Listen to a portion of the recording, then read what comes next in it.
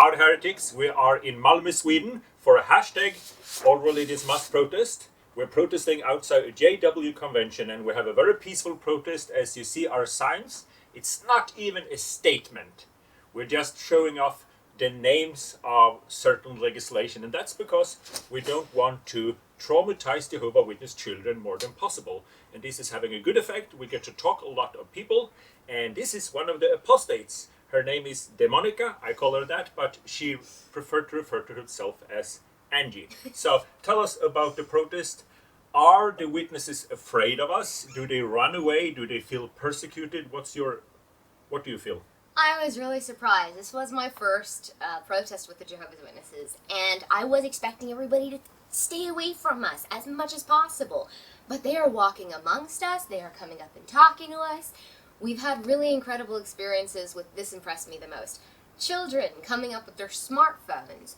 We have a banner that says, all children have the right to do their own research, and then a reference to jwfacts.com. And for me to see children, 10, 11, 12 years old, holding their smartphones and looking while they're looking at our banner, this makes me so hopeful and so happy. This is going to make a really big difference that we didn't really have this kind of advantage back when I was in the organization, because smartphones were not quite as openly accessible in the same way for everybody. Yeah. So we have a sign that says, a big banner that says, children have the right to seek information. And when you're a Jehovah Witness, you grow up in the organization, do you have the right to seek information, or is it denied to you? What would you say? Oh, absolutely forbidden. I know it was unthinkable to ever Google Jehovah's Witnesses, or to watch a documentary about Jehovah's Witnesses, or listen to any kind of commentary about witnesses from worldly people. All that information was completely and totally forbidden because that was supposedly Satan poisoning our minds with lies. Yeah. So avoid it like the plague. If you tell a child that, because that's what I heard, and many others, like, if you open your mind to propaganda that's negative to the Jehovah Witnesses, you might be possessed by demons. Yeah. That's not a fair thing to say to a child. And so we have these signs that just say UN Convention of Human Rights. And if someone walk up to us and say, what do you mean? We have our talking points here. So I show Article 13 of the Human Rights states that a child should have the freedom to seek information. And if you want to buy an automobile or any product, you would like to check if other customers, previous customers, are okay with that. And if you go to a car dealership and say, I'd like to buy a Volvo, but could I first talk to another customer, and he says, well, if you talk to customers that are dissatisfied with Volvo, you will be possessed by demons. Then you know there's something wrong with Volvo. So it's almost like Watchtower have something to hide. Yeah. But children have Article 13, and this legislation, the UN Convention of Human Rights, is actually, it's a UN convention, but it's lifted up in Sweden, and I'm very proud of my nation. It's lifted up as legislation. So how do the Jehovah Witnesses react? How do the elder types, how do they react? And how do the rank and file Jehovah Witnesses? What do you think? Yeah, we've had a lot of different experiences, definitely. Everything from people being very kind and having real conversations with us to denying certain facts that we know are in fact true. So there's been a lot of difference. Kind of depends from person to person. What do you think? Yeah, of course it depends from person to person. But there's a lot of people.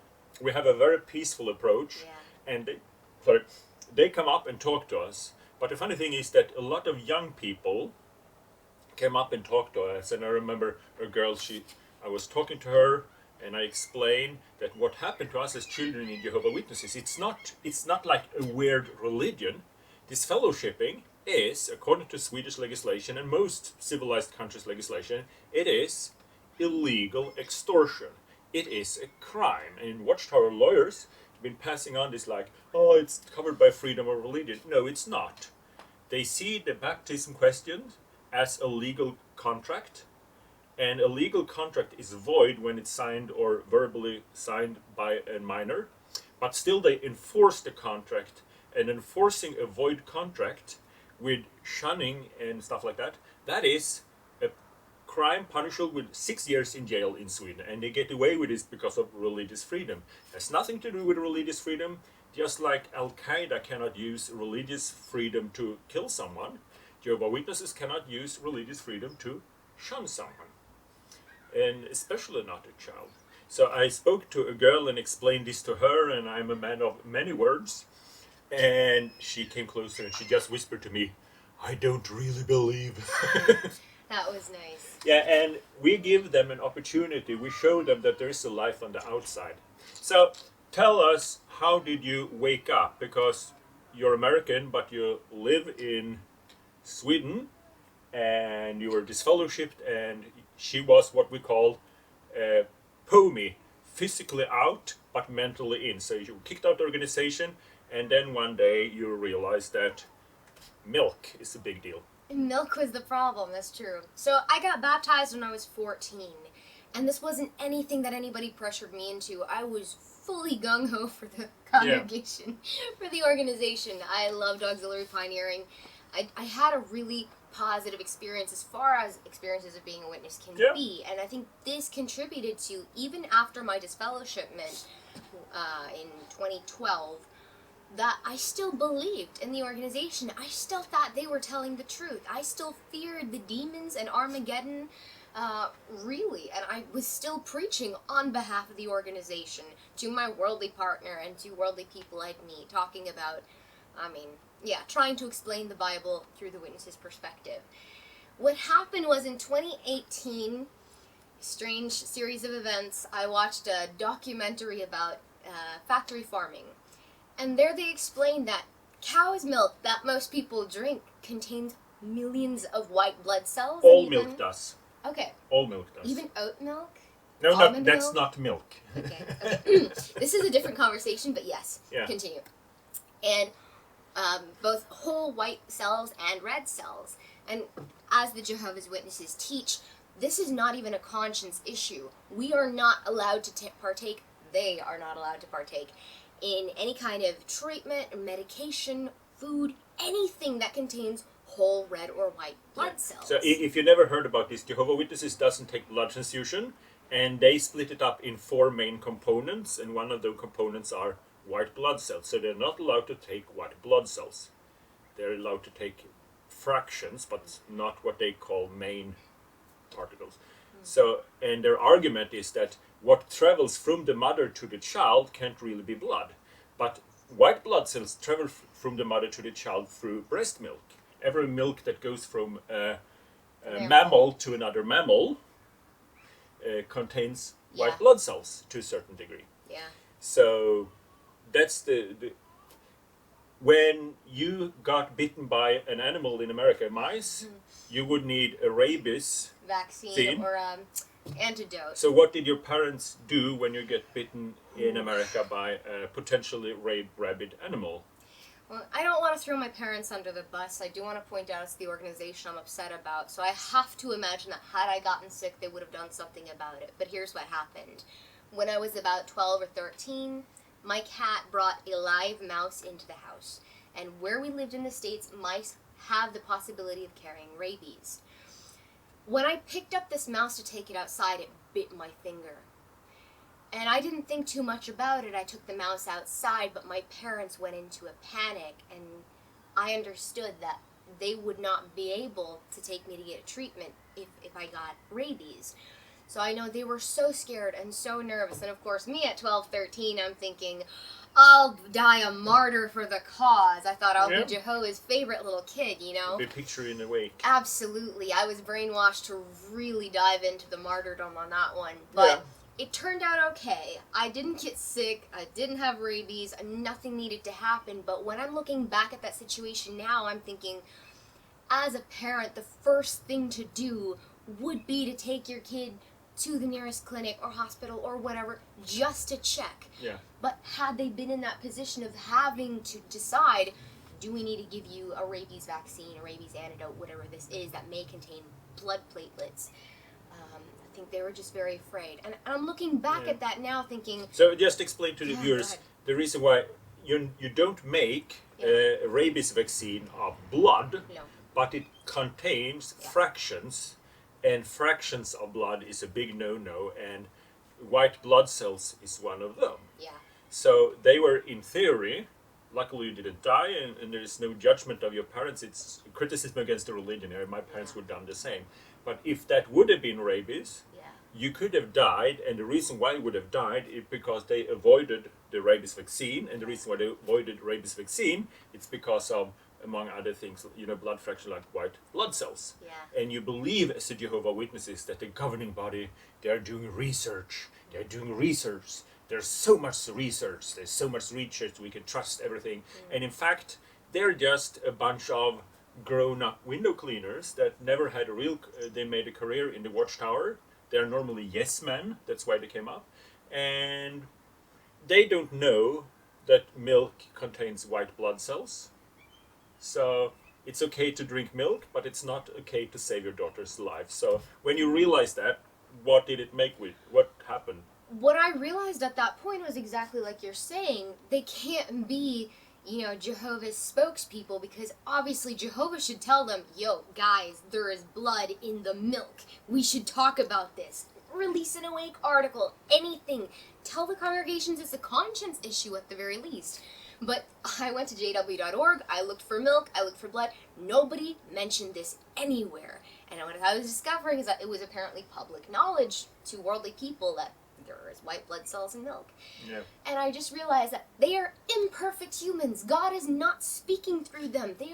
We're 8 dudes in New York deciding over all of our lives, letting children die, but not saying, hey guys, milk might be a conscience issue. And this cracked my faith. It's really a funny thing that it's a conscious issue whether mammals should drink milk or not. Obviously, mammals are intended to drink milk, and therefore, if there were a God that created mammals, he would be okay. It's really weird if there's a God that created mammals and say whether you should drink milk or not, it's a conscious issue, but if you have the wrong conscience, I will kill you. Yeah. However, you are mammals. Exactly. So that was strange. And this is what allowed me to let everything else crack and fall apart too. I had heard briefly things about, how they calculated 1914 or, the disfellowshipping issue. A lot of these things that apostates tend to be angry about. But I was so vehement in my faith that I was just like, I don't care about any of that. That doesn't matter to me. That doesn't bother me. I'm sure that there's a logical explanation for all of this. I completely allowed myself to be blind to all the big issues. Exactly. Yeah. But when such a small issue cracked my whole faith, that's when I allowed the walls to fall. And I realized that this organization is not God's one true religion at all. Yeah, there was a Jehovah Witness tried to save me now.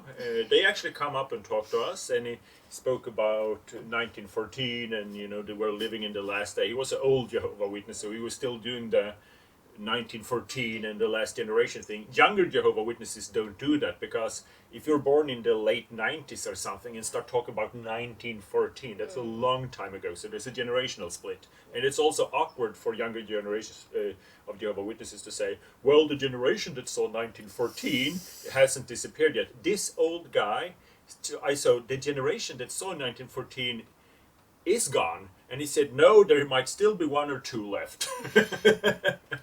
But I told him that if you see the destruction of Jerusalem was 587, not 607 like Jehovah Witnesses say, and that is a proven fact. There's no one that disagree with everyone on the planet except Jehovah Witnesses. And that would make, from this faulty, 1914 would be 1934, and the claim that the governing body was elected by Jesus invisibly in 1919 would no longer make any sense. And it also doesn't make any sense to begin with, because the governing body was not born in 1919. The Jehovah Witness governing body, the whole religion is based on that they were elected by God by Jesus invisibly in 1919, but they were not born in 1919, so it's a ridiculous claim. However, he said exactly what you said. He said, I can't imagine that the governing body would not know about this. Yeah. And the thing is, they might just be con artists. Yeah. It is big dollar to run a religion. The Jehovah Witnesses in Norway is a small country. I'm from Norway. We're in Sweden now, but they make like a 100 million. I'm paraphrasing now, but like almost 100 million Norwegian kroner. That's like a little bit shy of 10 million US dollar annually in one country, but contribution and inheritance. So maybe, would you be willing to lie? Or is it incomprehensible that some people would be willing to lie to receive 100 million Norwegian kroner annually? Lie about something that happened 3,000 years ago? So, what do you think will happen with the protest? Do you think some people will wake up? Do you think we're a force for good? Or do you think they crawl down together? Because we get a lot of criticism when you're protesting, and people sitting in their couch and saying, well, as a person that never protested, I realize that what you do is wrong because you just feed into their narrative of being persecuted. And do you think that's what's happening? Absolutely not. I really appreciated this, that instead of having the angry apostate approach that I kind of expected us to have, we're meeting them with kindness. There's nothing aggressive or threatening in our message. And I love the banner that says, there is help and support for those of you who want to leave, and a heart. And just to spread that message alone, if there is one person in the audience that we can reach, then all this is worth it. And we had so many beautiful responses with people smiling and saying hello, and we responded with the exact same amount of warmth. And this is actually something that also contributed to part of my awakening, or part of my disfellowshipping to start with. I'd always thought that the world was cold and angry and everybody's tormented by demons constantly, obviously. Yeah. Oh. So this was a PMO. We get a lot of people contacting us, and we give them my number. So now we're going to have a meeting with the PMO. We're just going to finish this interview. But it kind of shows that there's a lot of people inside that need to connect with the outside world before they take the step out in freedom. But like I said, if they want to be Jehovah Witnesses, it's their life. We just think that children have the legal right to get to see both sides of the story. And if you're a Jehovah Witness watching this, if you want to be a Jehovah Witness, what should we say to them? Go ahead. Go ahead. It's your life.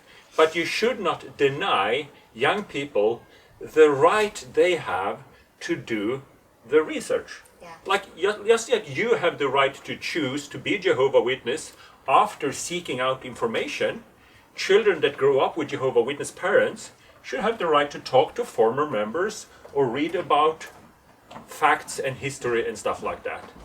So we're going to have a meeting with one of them now, but continue with your story. What do you think about what will happen? What impact do we have with your own words? Yeah.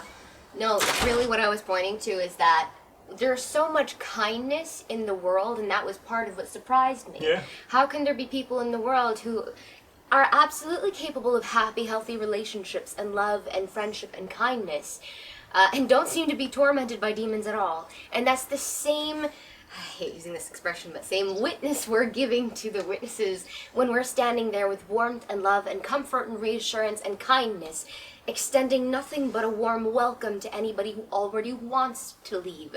We're not trying to make other people leave, and I think the fact that we're approaching them in this kindness without any kind of aggression, we're not the angry apostates they expect, that may surprise them.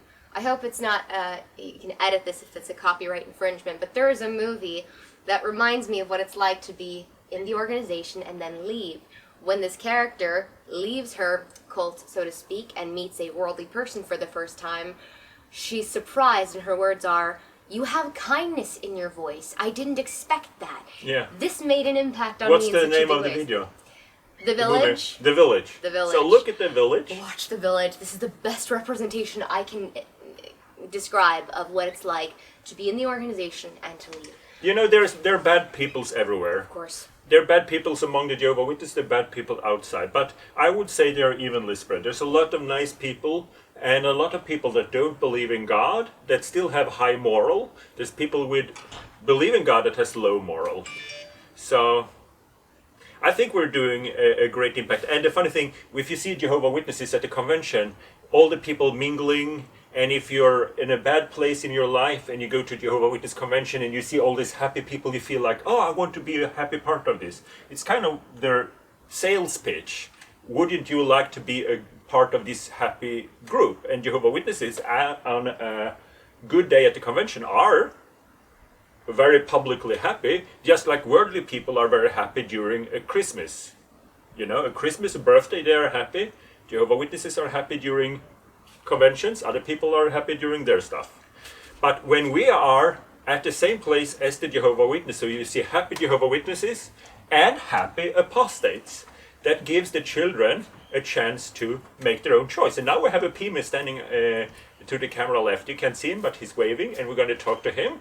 And I want to say we've made a lot of big signs, and we have a lot of expenses with traveling. So I want to say thank you to my supporters. I'm going to order even more signs because the demonic organization is growing with, but you know, Satan isn't real. If the Jehovah Witness religion was true, then Satan would be true and Satan would be blessing me, but he doesn't, because it's not true. But I want to say thanks to all my supporters. We bought some really big signs and we are making an impact, and it feels so good to see the kids look at us and they get more bearing to make an informed choice. And the choice they do is their choice. If they want to be Jehovah Witness, that's their choice. So, have anything more to say? No? See you in paradise.